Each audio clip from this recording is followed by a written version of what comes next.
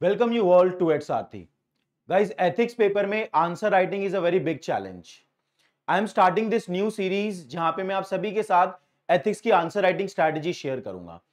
देखिए, इस सीरीज में what I am planning is कि एथिक्स में क्या क्या अप्रोचेस आप यूज कर सकते हैं. जैसे जीएस 1 2 3 में आप स्टेक होल्डर अप्रोच यूज करते हैं, इसी तरीके से एथिक्स में कौन कौन से अप्रोचेस आप यूज कर सकते हैं आंसर राइटिंग के लिए. उसके साथ साथ इस सीरीज में मैं आप सभी के लिए टॉपर्स की कॉपी भी एनालाइज करूंगा. एग्जाम्पल आप किस तरीके से आंसर में डाल सकते हैं, केस स्टडी आप किस तरीके से प्रैक्टिस कर सकते हैं. तो lot of videos I am going to provide you regarding ethics now. ठीक है, तो to start with this series, आज के सेशन में एक आंसर राइटिंग टेम्पलेट में आपके साथ डिस्कस करता हूं कि एथिक्स में अगर कोई भी क्वेश्चन आता है तो there are different different type of template that you can utilise, है ना. आज फर्स्ट अप्रोच मैं आपके साथ इस वीडियो में शेयर करूंगा जिसे बोलते हैं लाइफ साइकिल अप्रोच. देखिए, एथिक्स का कंटेंट किसी भी एक जगह से आप पढ़ सकते हैं. आफ्टर रीडिंग दैट कंटेंट आप ये फेस करेंगे कि एथिक्स में answer writing is a big challenge, है ना. उसके कुछ टेम्पलेट अगर आपके माइंड में ऑलरेडी हो तो वो आंसर राइटिंग बहुत ही इजी हो सकते हैं. यहां पे सबसे पहला टेम्पलेट जो मैं आपके साथ यूज करना चाहता हूं वो है ह्यूमन लाइफ साइकिल अप्रोच. देखिए, ह्यूमन लाइफ साइकिल अप्रोच का क्या मीनिंग है. Ethics essentially is all about human relations. And ethics का जो इनकलकेशन है, इन एथिक्स या मोरालिटी का जो इनकलकेशन है in human life, that start right from the childhood. ठीक है, right from the childhood to adulthood and to your old age your ethics are getting impacted. Right, आप क्या सोचते हैं, आपकी क्या थिंकिंग है राइट एंड रॉन्ग को लेके, है ना, that is going to impact throughout your life, isn't it. Of course वो जो इंपैक्ट होता है वो at the beginning is huge, है ना. आप जैसे जैसे बड़े होते जाएंगे वो इंपैक्ट थोड़ा कम होता जाएगा. क्यों? क्योंकि आप थोड़े रिजिड हो जाएंगे. राइट, तो एक ह्यूमन लाइफ साइकिल अप्रोच होती है कि जब भी आप किसी क्वेश्चन में, अगर यूपीएससी आपसे ये पूछ रहा है कि किस तरीके से हम एथिक्स इनकलकेट करा सकते हैं या किसी भी पर्टिकुलर इशू को हम कैसे सॉल्व कर सकते हैं, तो you need to think in human life cycle approach. मतलब स्टार्टिंग में आप ये सोचो, मैं आपको दिखाता हूं इसका एप्लीकेशन कि किस तरीके से इसको आप अप्लाई करोगे. सबसे पहले जस्ट अ सेकेंड. हाँ, तो ह्यूमन लाइफ साइकिल अप्रोच में सबसे पहले you will think about the birth, कि right at the childhood what initiative what intervention we can do, है ना, to inculcate particular ethical value in the children. उसके बाद आप फैमिली के लेवल पे सोचोगे कि क्या हम मदर और फादर या सिबलिंग इनके लेवल पे कुछ इंपैक्ट डाल सकते हैं, है ना, to inculcate ethics in the children. Right, फिर नेक्स्ट लेवल आएगा एक्सटेंडेड फैमिली. जैसे जैसे आप बड़े होते जाते हो आपके दिमाग में बैक ऑफ द माइंड बस ह्यूमन लाइफ साइकिल चलेगी और एक एक पॉइंट यहां से आता रहेगा कि फैमिली के लेवल पे वी नीड एथिकल ट्रेनिंग, है ना, mother and father need to be role model. समझ में आ रहा है कि क्या टेम्पलेट निकल के आ रहा है. मैं एप्लीकेशन भी बताऊंगा आपको अभी. उसके बाद एक्सटेंडेड फैमिली आती है, फिर आपका पीयर ग्रुप आता है, आपके फ्रेंड्स आते हैं, they are your next social influence. तो आपका पीयर ग्रुप क्या कर रहा है, सोसाइटी में किस टाइप के वैल्यू है, आपके फ्रेंड्स किस तरीके के हैं, that is going to determine your ethics, है ना. उसके बाद स्कूल आता है ना, फिर स्कूल में teacher as a role model आता है. तो स्कूल के करिकुलम में क्या हम कुछ चेंजेस कर सकते हैं, है ना, to inculcate ethics and morality. समझ में आ रहा है ना क्या क्या चीजें, एप्लीकेशन बताऊंगा मैं आपको.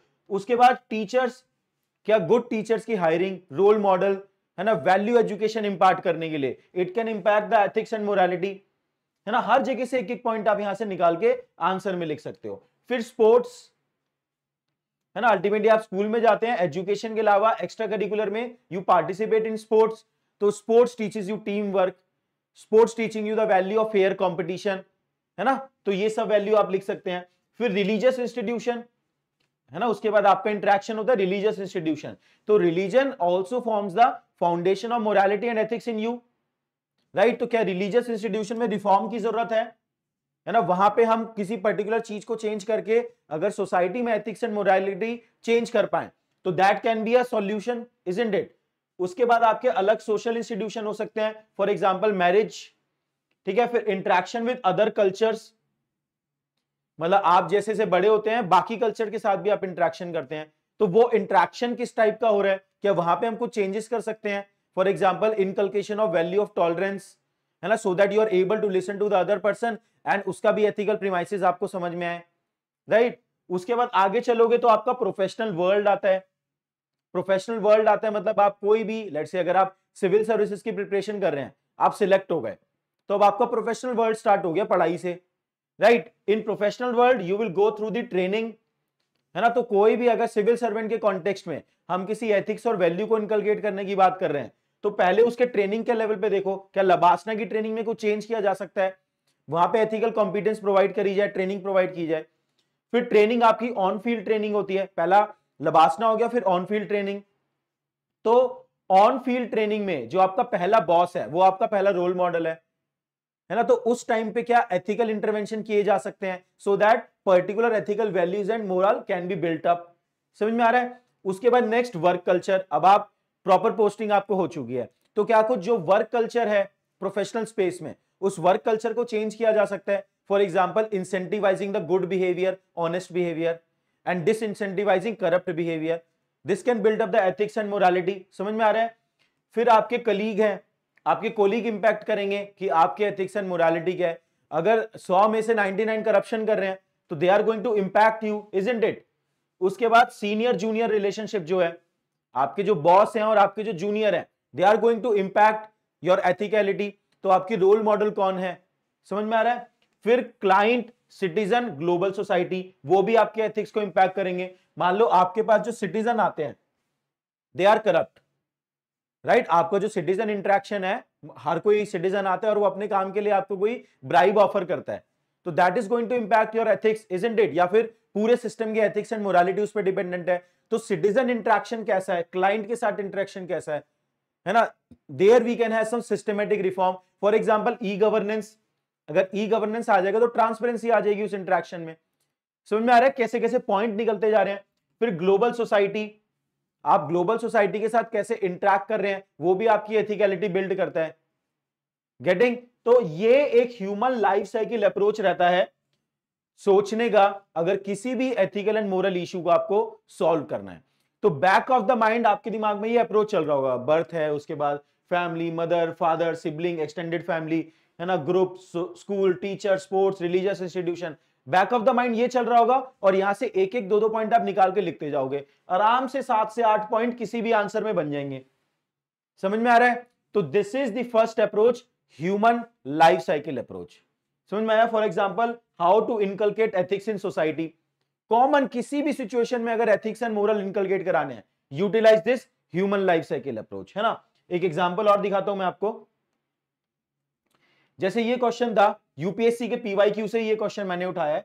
Our attitude towards life, work, other people and society are generally shaped by unconsciously by the family and the social surrounding in which we grow up.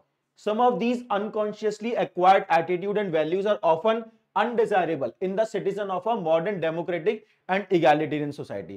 तो पूछ रहा है discuss undesirable values prevalent in today's educated Indian. तो पहला part of the question क्या है कि जो मॉडर्न एजुकेटेड इंडियन है उनमें कुछ अनडिजायरेबल वैल्यूज है। फॉर एग्जाम्पल इंडिविजुअलिज्म, है ना, for example feeling the privileged, है ना, नॉट हैविंग ग्रैटिट्यूड। तो ये कुछ अनडिजायरेबल वैल्यूज हैं जो इंडियन एजुकेटेड यूथ में हैं, है ना। Not taking the social responsibility. तो अब दिस इज, यहां पे तो आप कॉमन अनडिजायरेबल वैल्यूज लिखोगे। सेकंड पार्ट क्या है, how can such undesirable attitude be changed and social ethical values considered necessary in public services be cultivated in the aspiring and serving civil servant। ये 2016 का question है। अब ये पूरा इसका बी पार्ट, जो इसका बी पार्ट है, ये पूरा लिखा जा सकता है ह्यूमन लाइफ साइकिल अप्रोच से, इजंट इट। वो पूछ रहा है कि कैसे इनकलकेट करोगे, बचपन से शुरू करो और आगे तक सोच लो, हर जगह का एक एक पॉइंट डाल दो, आराम से 7-8 पॉइंट निकलेंगे। तो एप्लीकेशन आपको समझ में आया ह्यूमन लाइफ साइकिल अप्रोच का, डन। तो इसी तरीके के मल्टीपल अप्रोचेस इस सीरीज में मैं शेयर करूंगा आप सबके साथ, not just answer writing approaches for the part 1, also for the case study I will guide you. कोशिश करूंगा मैं हर वीक एटलीस्ट 2 वीडियो आप सभी के लिए जरूर लाऊं, टॉपर्स की answer copy, examples, each and everything ethics को लेके I will be guiding you at Saarthi's YouTube channel, ठीक है। If you like this video तो वीडियो के नीचे कमेंट जरूर करें आप एथिक्स के रिगार्डिंग, और कोई मुझसे गाइडेंस चाहते हैं, किसी और टॉपिक को आप सजेस्ट करना चाहते हैं एथिक्स के रिगार्डिंग, तो उसे भी कमेंट करें वीडियो के नीचे, I will bring that video for the ethics I am talking about, है ना। इसके साथ साथ on the Independence Day, as you already know probably, we are offering 20% discount on all the courses, कोई coupon code की requirement नहीं है। Weather mains mentorship programme और या फिर GS4 का हमारा मॉड्यूल कोर्स हो, कोई भी अगर आप कोर्स लेना चाहते हैं तो you can look up to, है ना। This is the past result of HSRT which you probably already know. Contact number and email ID for any query of yours, ठीक है। तो वीडियो के नीचे कमेंट करके मुझे जरूर बताएं इस एथिक्स की सीरीज में और क्या चेंजेस चाहते हैं आप मुझसे, है ना, किन किन चीजों पे आप चाहते हैं कि मैं आपसे डिस्कशन करूं। चलिए, thank you very much, all the best.